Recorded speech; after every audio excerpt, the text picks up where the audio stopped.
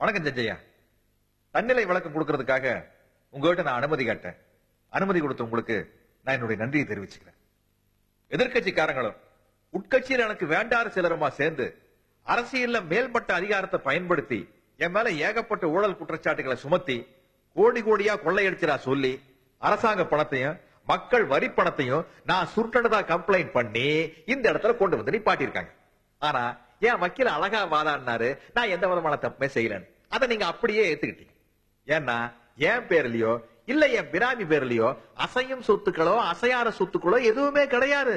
அதான் உண்மை. பேரறிஞர் அண்ணா ஒரு தடவை சொல்லியிருக்காரு, சட்டம் ஒரு இருட்டறை, அதில் வக்கீலின் வாதம் ஒரு விளக்கு அப்படின்ட்டு. அது முற்றிலும் உண்மைங்க.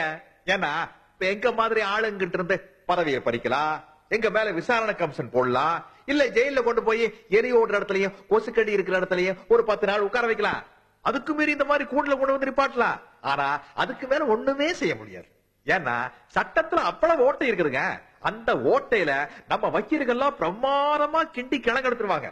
இப்ப நம்ம வக்கீல பாத்தீங்கல்ல எப்படி வாதாடினாரு, அடிச்சு பின்னி பீஸ் ஆக்கிட்டாருல. என்னங்க சொன்னாரு, புத்தன் ஏசு காந்திக்கு அப்புறம் என்ன மாதிரி ஒரு ஆளே இல்லைன்னு சொல்லிட்டாருல.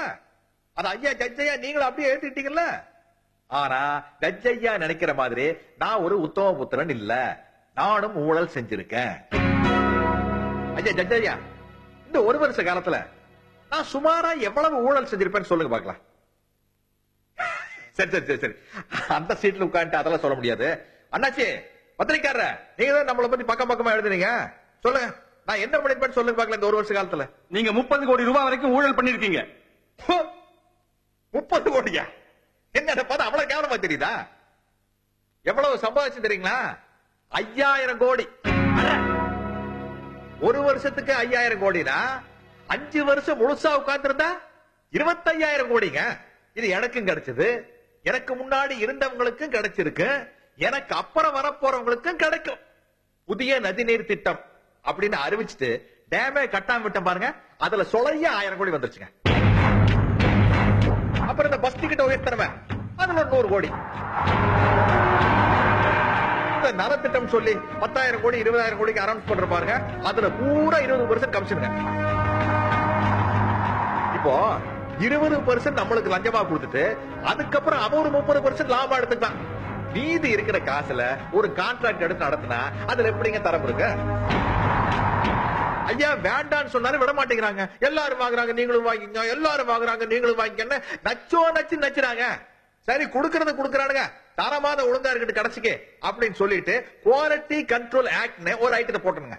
அப்புறம் தமிழ்நாடு முழுக்க ஒரே நாள்ல ரைடு நடத்தி மாஜி மந்திரிகள் எம்எல்ஏக்கள்னு அரெஸ்ட் பண்ணி அவங்க அடிச்சு வச்சிருந்த பொட்டியில கை வச்ச பாருங்க, அங்கதாங்க அவங்க எல்லாரும் சேர்ந்து எனக்கு வச்சாங்க ஆப்பு. அவங்க வச்ச ஆப்பு இப்ப நிக்கிறேன். எவனோ ஒரு பஸ் முதலாளி கோடி கோடியா பணத்தை கொண்டு போய் மந்திரிகிட்ட கொடுக்குறான். இதுல நமக்கு என்ன போச்சு அப்படின்னு நினைக்கிறீங்க? இது யாரு வீட்டு பணம்? உங்க வீட்டு பணம். நம்ம கிட்ட ஒரு 100 கோடியை லஞ்சமா கொடுக்கறான்னா அதை அவன் எப்படி திருப்பி பிடிக்கிறான்?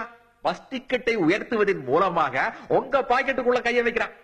இது மேட்டர் எப்படி வருதுனாங்க, சைக்கிளை லைனா நிறுத்தி வச்சு ஒரு சைக்கிளை தள்ளி விட்டா எல்லா சைக்கிளும் சாயுது பாருங்க. அது மாதிரி அதுல கடைசி சைக்கிள் தான் மக்களாகிய நீங்கள். அதிகமா நசுங்கிறது நீங்க தான். தெரியாத கேக்குறேன், பஸ்ல யாரோ ஒருத்தன் ஒரு 5 ரூபாயோ 10 ரூபாயோ பிக் பாக்கெட் அடிச்சான்னு வச்சுங்களேன், அவனை கொண்டு போய் போலீஸ் ஸ்டேஷன்ல வச்சு போலீஸ்காரங்க எல்லாம் சாத்துன்னு சாத்துறாங்க. போலீஸ்காரங்க சாத்துறா பரவாயில்லைங்க, பொதுமக்களாகிய நீங்களே அவனை போட்டு மிதின்னு மிதிக்கிறீங்கல்ல. 5 ரூபாயும் 10 ரூபாயும் திருடின அந்த சின்ன திருடனே அந்த மிதிக்கிறவங்க எங்களை மாதிரி பெரிய திருடங்களை என்ன மிதிக்கணும்? ஐயா சாமி மிதிக்கலன்னா பரவாயில்ல, தலைவன் புண்ணாக்கு தெரு புழுதி புடலங்காண்டு தலைவை தூக்கி வச்சுட்டு ஆடுறீங்களா? சரி பாவ நீங்களும் என்ன பண்ணுவீங்க? உங்களுக்கு இருக்கிறது 2 சாய்ஸ் தான். ரொம்ப திருடனவங்க, ரொம்ப ரொம்ப ரொம்ப ரொம்ப ரொம்ப ரொம்ப திருடனவங்க, தெரிஞ்சு திருடனவங்க, தெரியாம திருடனவங்க. அதாவதுங்க தப்பா செஞ்சா தப்புங்க, தப்பு இல்லாம செஞ்சா தப்பே இல்லைங்க. அதாங்க நம்ம ஒரு அரசியல். நாங்க தான் செய்யறதெல்லாம் செஞ்சு போட்டு கொள்கையை பரப்புறதுக்காக ஆளாளு தனியா டிவி வேற வச்சுக்கிட்டு இருக்கிறோம். ஜட்ஜையா ஒரே ஒரு வருஷம் தான் ஆட்சியில் இருந்தேன், எப்படி சம்பாதியா? ஆனா அந்த வெள்ளக்காரனுக்கு அறிவே இல்லைங்க. 200 வருஷம் இந்தியா வாண்டா என்ன பண்ணா? ஊட்டி கொடைக்கானல் ரோடு போட்டா, பாலம் கட்டினா, ஆஸ்பத்திரி கட்டினா, பள்ளிக்கூடம் கட்டினா, கரண்ட் கொடுத்தா, எல்லாம் பண்ணிட்டு போகும்போது இத்தச்சோடு கோயில் ஒரு வைரத்தையே ஒரு மயில் பொம்மையை மட்டும் தான் தூக்கிட்டு போனான். அதுக்கே நம்ம ஆச்சா போச்சா தஞ்சா தக்காரு குறிச்சோம். நியாயப்படி அவன் நம்மளுக்கு பண்ணதுக்கு நாமளே அதை அவனுக்கு கிஃப்டா கொடுத்துருக்கணும். அப்புறம் கொலம்பஸ் அமெரிக்காவை கண்டுபிடிச்சு 250 வருஷம் தான் ஆச்சு. எப்படி டெவலப்மெண்ட்? ஆனா நாம கல் தோன்றி மண் தோன்றா காலத்தே முன் தோன்றிய மூத்த குடியினர். 5000 வருஷ பாரம்பரியம், ஹிஸ்டரி ஆஃப் த வேர்ல்டுங்கிற. ஆனா என்ன பிச்சையில எடுத்துட்டு இருக்கேங்கிற. இதுக்கு நாங்க மட்டும் காரணம் இல்ல, முழு முதல் காரணமே மக்களாகிய நீங்க. ஆனா நான் சம்பாதிச்ச பணத்துல இருந்து சல்லி காசு கூட எடுத்துக்கலீங்க. கோர்ட்டுக்கு வெளியே ஒரு பெரிய லாரி நிக்குது, கண்டெய்னர் பேரு. அதுல மொத்த பணம் அப்படியே இருக்குது. அதுக்கான வீடியோ ஆதாரம் எல்லாம் டச்சையா கட்டி இருக்குது. லஞ்சமாவும் கமிஷனாவும் எனக்கு கிடைச்ச கோடிக்கணக்கான ரூபாயில இருந்து நான் ஒரு சல்லி காசு கூட எடுக்கலீங்க. அதெல்லாம் அங்க வெளியில கண்டெய்னர்ல அப்படியே இருக்கு. அது சம்பந்தப்பட்ட புள்ளி விவரங்களை சம்பந்தப்பட்ட அதிகாரிங்க கிட்டயே ஒப்படைச்சிருக்கேன். ஏன்னா அதெல்லாம் அரசாங்க கஜானாக்கு போய் சேர வேண்டிய மக்களுடைய பணம். இந்த பதவிக்கு வந்தா ஒரு வருஷ காலத்திலேயே எவ்வளவு கோடி ரூபாயை சம்பாதிக்க முடியும் அப்படிங்கறது நிரூபிக்கிறதுக்காக நான் இதை செஞ்சேன். இதுக்கு நீங்க எனக்கு என்ன தண்டனை கொடுத்தாலும் மனப்பூர்வமா ஏத்துக்கிறேன்.